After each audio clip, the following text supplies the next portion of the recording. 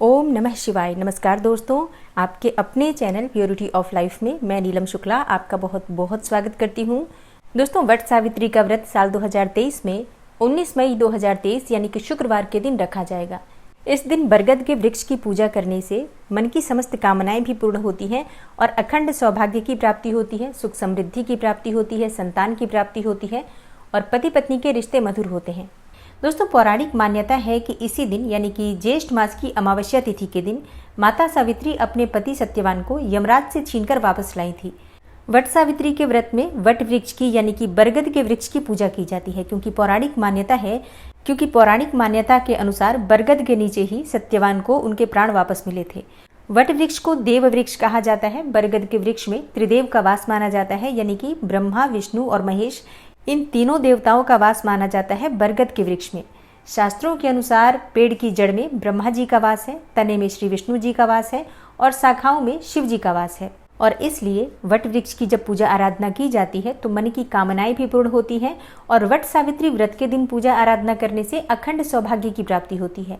पति और पत्नी के रिश्ते मधुर होते हैं, मतलब दाम्पत्य जीवन सुखमय होता है, संतान प्राप्ति में आ रही बाधाएं दूर होती हैं और हाँ, वंश की वृद्धि होती है वट वृक्ष की पूजा करने से। और इसलिए सौभाग्यवती महिलाएं इस दिन व्रत धारण करती हैं और वट वृक्ष की पूजा आराधना करके सावित्री और सत्यवान से प्रार्थना करती हैं, यमराज जी से प्रार्थना करती हैं और अपने लिए अखंड सौभाग्य की कामना करती हैं। तो आज की वीडियो में आप जानेंगे कि वट सावित्री का व्रत साल 2023 में कब रखा जाएगा, अमावस्या तिथि कब प्रारंभ हो रही है, कब समाप्त हो रही है, वट वृक्ष की पूजा का शुभ मुहूर्त क्या है, वट सावित्री व्रत के नियम क्या होते हैं, पूजा विधि क्या होती है, व्रत आपको किस प्रकार से धारण करना चाहिए और व्रत कब खोलना चाहिए, क्या खाकर खोलना चाहिए। और हाँ, जो भक्त पहली बार वट सावित्री का व्रत धारण करना चाहते हैं क्या वो शुरू कर सकते हैं। मतलब वट सावित्री व्रत से जुड़ी हुई संपूर्ण जानकारी आपको आज की वीडियो में मैं शेयर करने वाली हूँ, इसलिए वीडियो को पूरा जरूर देखिए और अगर आपको आज की वीडियो अच्छी लगे तो इसे लाइक भी जरूर कीजिए। दोस्तों, बात करते हैं सबसे पहले वट सावित्री व्रत के शुभ मुहूर्त के बारे में। तो देखिए, अमावस्या तिथि प्रारंभ हो रही है 18 मई की रात्रि में 9:42 पर और अमावस्या तिथि समाप्त होगी 19 मई को रात्रि 9:22 पर। तो सूर्योदय कालीन तिथि के अनुसार 19 मई को वट सावित्री का व्रत रखा जाएगा। और हाँ, वट सावित्री व्रत के दिन बहुत सारे शुभ योग आपको प्राप्त हो रहे हैं, जिन शुभ योगों में अगर आप व्रत धारण करते हैं या फिर वट वृक्ष की पूजा आराधना करते हैं तो उसका फल आपको अनंत गुना प्राप्त होता है। तो वट सावित्री व्रत के दिन शोभन योग का निर्माण होने जा रहा है जो कि 18 मई को शाम 7:37 से प्रारंभ होगा और 19 मई को शाम 6:17 तक रहेगा। वहीं वट सावित्री अमावस्या के दिन चंद्रमा गुरु के साथ मेष राशि में विराजमान होंगे, गजकेसरी योग का निर्माण होगा। साथ ही इस दिन शनि जयंती है और शनि अपनी राशि यानी कि कुंभ राशि में विराजमान होकर शश योग का निर्माण कर रहे हैं। तो ये अत्यंत ही श्रेष्ठ और बहुत शुभ योग है। तो 19 मई को वट सावित्री का व्रत रखा जाएगा। और जानते हैं पूजा की सामग्री के बारे में। देखिए, पूजा की सामग्री में सबसे पहले आपको सावित्री और सत्यवान की मूर्ति चाहिए। आप चाहे तो कागज की फोटो भी ले सकते हैं या जो व्रत कथा की किताब पर भी फोटो बनी होती है आप उसकी भी पूजा आराधना कर सकते हैं। और दूसरी सामग्री है बांस का पंखा, क्योंकि बांस के पंखे से ही वट वृक्ष को भी हवा की जाती है और उसी से जब पूजा समाप्त हो जाती है तो घर आकर अपने पति को भी बांस के पंखे से हवा करी जाती है। लाल कलावा चाहिए, कच्चा सूत चाहिए, धूप, दीप, घी, पुष्प, फल, रोली, सुहाग की सामग्री और पूरियां चाहिए। मीठे पुए बनते हैं, मीठी पूरियां बना सकते हैं आप। बरगद का फल चाहिए, जल से भरा हुआ कलश चाहिए और अपनी इच्छा के अनुसार आप कोई भी फल ले सकते हैं जो भी ऋतु फल उपलब्ध हो और आप चाहें तो मिठाइयाँ भी ले सकते हैं। और हाँ, वट वृक्ष की परिक्रमा करनी होती है तो अपनी इच्छा के अनुसार जितनी भी संख्या में आप परिक्रमा करते हैं, जैसे कि आप 7 बार भी कर सकते हैं, 11 बार भी कर सकते हैं, 21 बार भी कर सकते हैं, 108 बार भी कर सकते हैं। तो अपनी इच्छा के अनुसार जितनी भी संख्या में आप परिक्रमा करना चाहते हैं उतनी संख्या में आपको सामग्री चाहिए जिससे कि आप गिनकर परिक्रमा कर सकें। और कच्चा सूत चाहिए। कच्चा सूत जरूरी नहीं है कि आप 108 बार परिक्रमा करेंगे तो 108 की संख्या में आपको कच्चा सूत चाहिए। आप चाहे तो 7 बार कच्चा सूत लपेटते हुए परिक्रमा कर लीजिए, उसके बाद सामग्री के द्वारा परिक्रमा कर सकते हैं। और हाँ, बरगद पर चढ़ाने के लिए 1.25 मीटर आप चाहें तो कपड़ा ले सकते हैं या फिर कोई साड़ी ले सकते हैं अपनी इच्छा के अनुसार।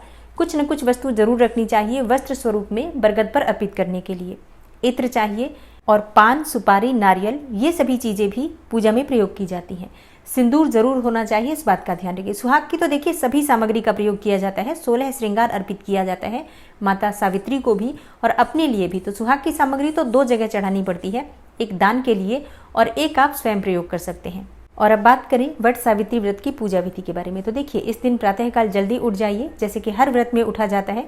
सुबह ब्रह्म मुहूर्त में उठना चाहिए, क्योंकि आज के दिन तो तैयार होकर मतलब 16 श्रृंगार करके ही माता सावित्री और सत्यवान की पूजा आराधना की जाती है। और अभी जैसे कि मौसम भी बहुत गर्म है, तो बहुत ज़्यादा धूप होती है, तो जितनी जल्दी हम पूजा कर लेते हैं उतना ही श्रेष्ठ होता है। तो सुबह जितनी जल्दी उठ जाएंगे उतनी सुबह जल्दी जाकर मतलब सुबह सूर्योदय के बाद आप पूजा आराधना कर सकते हैं। और वट सावित्री के व्रत में नए वस्त्र धारण किए जाते हैं, मतलब कोरे वस्त्र धारण करने चाहिए, ऐसा कहा जाता है। लेकिन अगर ऐसा ना हो तो आप कोई भी पुराना वस्त्र भी जो कि धुला हुआ हो, शुद्ध हो, उसे आप धारण कर सकते हैं।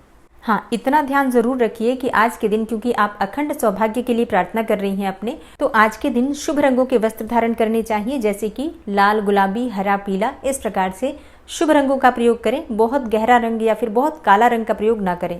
तो 16 श्रृंगार करके सभी सामग्री पूजा की लेकर वट वृक्ष के पास जाना होता है। वट वृक्ष के पास जाकर सबसे पहले सभी देवी देवताओं को प्रणाम कीजिए, त्रिदेवों को प्रणाम कीजिए, ब्रह्मा विष्णु महेश तीनों देवताओं को प्रणाम करके सावित्री और सत्यवान को प्रणाम करें, यमराज जी को प्रणाम करें। फिर वट वृक्ष के नीचे सावित्री और सत्यवान की प्रतिमा स्थापित करें। जल से वट वृक्ष की जड़ को सींचना चाहिए और इसके बाद धूप, दीप, अक्षत, पुष्प इत्यादि जो भी सामग्री आप लेकर गए हैं, सभी सामग्री एक एक करके वट वृक्ष की जड़ में अर्पित कीजिए। फिर सावित्री और सत्यवान की विधि विधान से पूजा कर लीजिए। इसके साथ ही यमराज जी की भी पूजा की जाती है। तो सबकी पूजा आराधना करने के बाद, धूप दीप अर्पित करने के बाद परिक्रमा की जाती है। वट वृक्ष पर कच्चा सूत लपेटते हुए परिक्रमा की जाती है। पहले जैसे कि कुछ परिक्रमा आप कच्चा सूत लपेटते हुए कर लीजिए। बाकी जैसे कि अगर आप ज़्यादा परिक्रमा करना चाहते हैं, जैसे कि 21 या फिर 51 या फिर 108 परिक्रमा करना चाहते हैं, तो ज़रूरी नहीं है कि हर बार परिक्रमा करते समय कच्चा सूत या फिर धागा लपेटें। आप सामग्री के द्वारा परिक्रमा कीजिए, जैसे कि आप मूंगफली रख सकते हैं या फिर काले चने रख लीजिए, किशमिश रख सकते हैं या फिर कोई भी ड्राई फ्रूट्स ले लीजिए या फिर सुहाग की सामग्री ले लीजिए, उसी से आप परिक्रमा कर लीजिए। मतलब गिनकर आप घर से ही लेकर जाइए, ताकि वहाँ पर जब आप परिक्रमा करें तो आपके लिए आसानी होगी।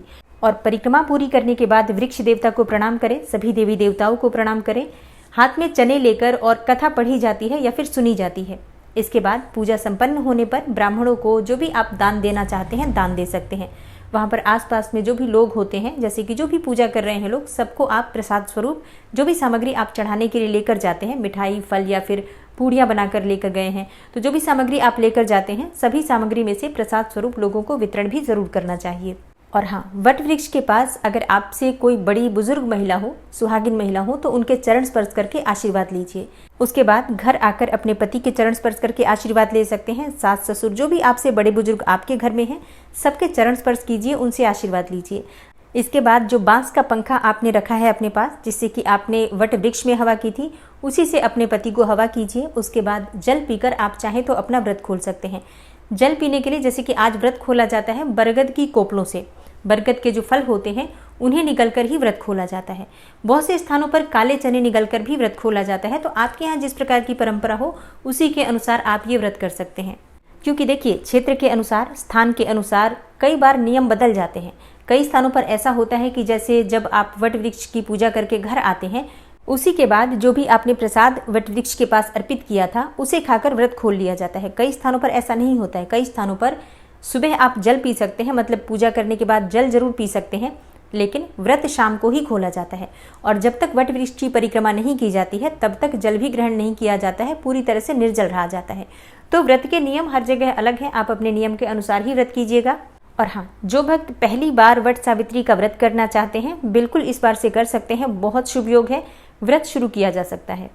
तो उम्मीद करती हूँ आज की वीडियो से आपको लाभ अवश्य होगा। और हाँ, इससे जुड़ा हुआ अगर आपका कोई भी प्रश्न हो तो कमेंट बॉक्स में ज़रूर लिखें। मिलती हूँ मैं आपसे अगली वीडियो में, तब तक के लिए नमस्कार।